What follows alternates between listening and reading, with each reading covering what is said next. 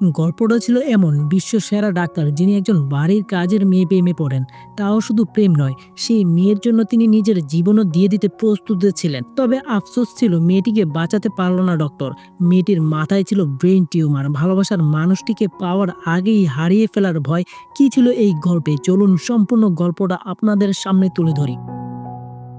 গল্পের শুরুতেই আমরা দেখতে পাই ডক্টর প্রাইভেট কারে করে কোথাও যাচ্ছে, তারই মধ্যে একজন জুনিয়র ডাক্তার তার থেকে পরামর্শ নিতে কল করে।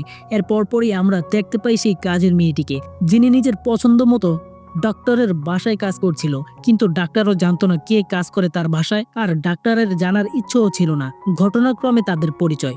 ডাক্তারের বাসা থেকে বের হওয়ার আগে ছোট চিরকুট লিখে গিয়েছিল।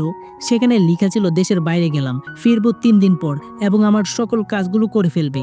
এদিকে ডক্টর জেন হসপিটালে কাজ করছিল। সেখানে হঠাৎ হসপিটালের প্রধান চলে এসেছে, তাকে অভিনন্দন জানিয়েছে, বিশ্বসেরা ডক্টর হয়েছে বলে। তাছাড়া সেও কিন্তু ডক্টর জেনকে খুবই পছন্দ করে, কিন্তু ডক্টর করে না। এদিকে ডক্টরের 3 দিনে বাইরে থাকার কথা ছিল, সেই ট্রিপটি ক্যান্সেল হয়ে গিয়েছিল, তাই তিনি আবারও হসপিটালে অপারেশনের কাজে পড়েছিল। অন্যদিকে আমরা দেখি কাজের মেয়ের কাছে একটি কল চলে আসে। কলটি করেছিল তার ছোট বোন এনএফ। কল দিয়ে বলছিল বাড়িওয়ালা বাড়ির লক পরিবর্তন করেছে, কারণ ছিল তারা বাড়ির ভাড়া দিতে পারেনি 3 মাসের। তারপর মেয়েটি অন্য কোথাও আজ রাত থাকার জন্য ম্যানেজ করে নিয়েছে এবং তার বড় বোন যিনি ডক্টরের বাসায় কাজ করে, এই সমস্যার কারণে সেও ডক্টরের বাসায় ঘুমিয়ে পড়ে। এদিকে ডক্টর বলেছিল সে 3 দিন পর আসবে, এই কারণে মেয়েটি সেই বাসায় ঘুমিয়ে পড়ে। কিন্তু মেয়েটি জানতো না ডক্টরের জেনের ট্রিপটি ক্যান্সেল হয়েছে। অন্যদিকে ডক্টরের একটা পার্টিতে যেতে হবে, সেখানে আবার একা যাওয়া যাবে না, সাথে বউ বা গার্লফ্রেন্ডকে নিয়ে যেতে হবে। এই নিয়ে তিনি খুবই টেনশনে ছিল, কার সাথে পার্টিতে নাচবে। কিন্তু যাই হোক, ওই যে ডক্টর মেয়েটি ছিল তাকে পছন্দ করে, তার সাথে নাচতে মোটেও প্রস্তুত ছিল না জেন। এদিকে অপারেশন শেষ করে ডক্টর বাসায় ফিরে দেখে তার বাসায় এক যুবতী সুন্দরী মেয়ে ঘুমিয়ে আছে, আর এটা দেখে তিনি একটি ছবি তুলে রাখে। আর মেয়েটিকে অনেক ডাকার পর মেয়েটি ঘুম থেকে উঠে দেখে ভয় পেয়ে গিয়েছে। তখন মেয়েটি কি করবে না করবে বুঝতে পারছিল না। মেয়েটি তখন সকল কিছু বুঝিয়ে বলছিল ডক্টরকে, এবং তখনই ডক্টরের মাথায় চলে আসে তাকে নিয়ে পার্টিতে যাবে। তখন মেয়েটিকে বলল, আমার সাথে 2 থেকে 3 ঘন্টা একটা পার্টিতে যেতে হবে, আর তোমার সকল বাসা ভাড়া দিয়ে দিব। পরের দিন সকালে ঠিক ডক্টরের কথা মতো তার সাথে পার্টিতে চলে গেলেন। যাওয়ার পর সবাই তো অবাক, এত সুন্দর একটি মেয়েকে নিয়ে পার্টিতে গিয়েছে ডক্টর। তখন অনেকেই তাকে জিজ্ঞাসা করছিল মেয়েটি কি করে। এই কথা বলার সাথে সাথে ডক্টর বলেছিল ও আসলে ক্লিনিং কোম্পানি রয়েছে ওর। তারপর তারা পার্টিতে ভালোই এনজয় করেন। এরপর হসপিটালের যিনি মেন দায়িত্বে রয়েছে তিনি বলেন, আমাদের সকল মিটিং ক্যান্সেল, আমরা আরো বড় কোনো জায়গায় যাচ্ছি। তখন ডক্টর মেয়েটিকে বলল, তুমি কিচ্ছু ভেবো না, আমি ম্যানেজ করে নিব। তারপরে এমন সময় আসলো ডক্টরের হাতে কিছুই ছিল না করার। তাদের ইচ্ছার বাইরে যেতে হয়েছে ঘুরতে। যেখানে মেয়েটির সাথে 2 থেকে 3 ঘন্টা থাকার কথা ছিল, ওখানে 1 দিন 1 রাত একসাথে একই রুমে ঘুমিয়েছিল দুজন। তাদের ভালো সময় কেটেছিল। তারা ঘুরতে ঘুরতে পুরো এলাকা ঘুরে শেষ করে ফেলেছে।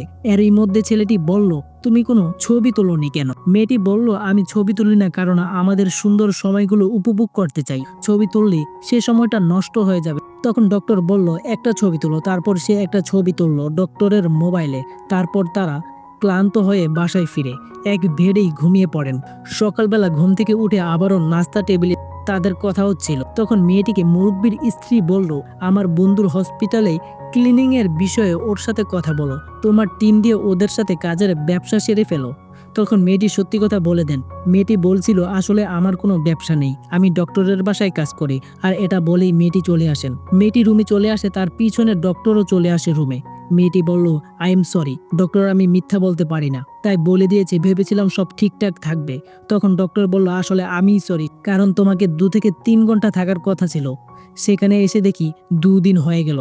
তারপর সবাই জেনে যায় এবং ডক্টর যেন অন্য রুমে ঘুমিয়ে পড়ে। তারপর সকাল সকাল তারা বাসায় রওনা করেন এবং ডক্টর বলল, তোমাকে বাসায় নামিয়ে দিবে আমার ড্রাইভার, আমি হসপিটালে চলে যাচ্ছি। তখন মেয়েটি বলল, ঠিক আছে, আমি কাল আপনার বাসায় যাব, যদি কিছু লাগে লিখে রাখবেন, এবং সবকিছুর জন্য অনেক অনেক ধন্যবাদ। এটা বলেই আসছিল এবং ডক্টর আবারও ডাক দিয়ে বলল, তাহলে আজ আমার বাসায় যাচ্ছ না? মেয়েটি বলল, না, যদি আপনি চান তবে প্রথমে ফারদা ম্যামের বাসায় যাব, তারপর ছোট বোনের নাস্তা গরম করব, তারপর আপনার বাসায় যাব। আর বাসায় তো গোছানো আছে। তখন ডক্টর বলল, হ্যাঁ বাসা গোছানো আছে, আজ আর দরকার নেই। আর এটা বলেই চলে গেলেন দুজন। বাসা আসার পরপরই ফারদা ম্যাম তাকে পাগল করে ফেলছিল। এতক্ষণ ডক্টরের সাথে কি করেছিল, কি হয়েছিল তাদের মধ্যে, এসব নিয়ে কথা বলতেই ডক্টর কল দিয়ে ফেলেছেন এবং কল দিয়ে বলছিল, আমার ক্ষুধা লেগেছে, বাসায় এসে ভাত বসিয়েছিলাম, এখন দেখি বিকট শব্দ হচ্ছে, কি করব বুঝতে পারছি না। তখন মেয়েটি বলল, কত সময় ধরে এমন করছিল? ডক্টর বলল, 20 মিনিটের মতো। তখন মেয়েটি বলল, আপনি এক্ষুনি এইখান থেকে সরে যান।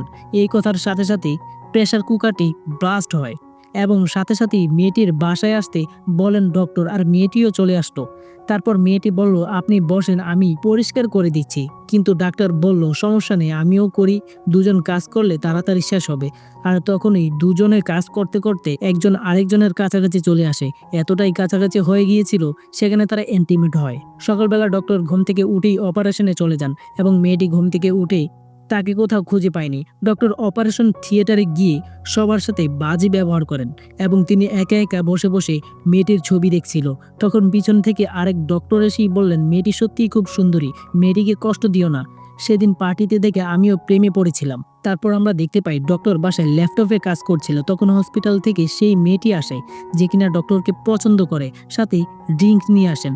তারা ড্রিঙ্ক শুরু করবে, ঠিক সেই সময় হসপিটাল থেকে কল আসে ইমার্জেন্সি যেতে হবে এবং মেয়েটিকে রেখে জেন চলে যান। মেয়েটি জেনের বাসায় রাতে একাই থাকেন।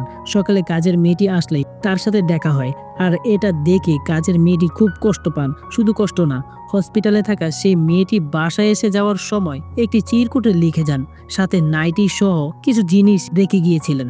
এসব দেখে মেয়েটি আরো বেশি কষ্ট পান, কান্নায় ভেঙে পড়েন, বাসায় গিয়ে কান্না করছিল। আর ফারদা ম্যাম বলছিল, এসব ডক্টর তারা এমনই হয়, তাকে এখন পেলে এটা করব সেটা করব। ঠিক তখনই ডক্টর ওই বাসায় গিয়ে হাজির হন আর ফারদা ম্যাম দেখে অবাক হয়ে যান। তখন কাজের মেয়েটিকে সকল ঘটনা বিস্তারিত বলেন। তখন মেয়েটিও বুঝতে পারেন এবং ডক্টর তখন বলেছিল, চলো আমরা পালিয়ে যাই। আর তারা সেখান থেকে পালিয়ে গেলেন, পুরো শহর ঘুরে বেড়ান, বৃষ্টিতে ভিজেন। আর মেয়েটিও বলেছিল, যখন বৃষ্টি হবে তখনই তুমি বৃষ্টির থেকে মাটির গানটা নিবে। যাই হোক, সকালবেলা ঘুম থেকে উঠেই তাদের মন খারাপ। মেয়েটির মাথায় ব্রেন টিউমার আর বাঁচার সম্ভাবনা খুবই কম। সরি, একটা কথা বলাই হয়নি, এর আগে মেয়েটি যখন প্রথম ঘুরতে গিয়েছিল তখনই প্রেসক্রিপশনটা দেখিয়েছিল আর দেখে নিজের কথা বলেনি, বলেছিল তার বন্ধুর মাথায় টিউমার। আর এসব বলতেই ডক্টর বলেছিল এর বাঁচার সম্ভাবনা 5%। আর এটা শুনেই তিনি কান্নায় ভেঙে পড়েছিল কাজের মেয়েটি। যাই হোক, আমরা আগের জায়গায় যাই। সকালে ঘুম থেকে উঠেই তাদের এত টেনশন, মেয়েটির কাছে ডক্টর অপারেশন করার অনুমতি চাইছিল, কিন্তু কেউ এই অপারেশন করার জন্য অনুমতি দেয়নি। সবাই জানে এই রোগী বাঁচবে না।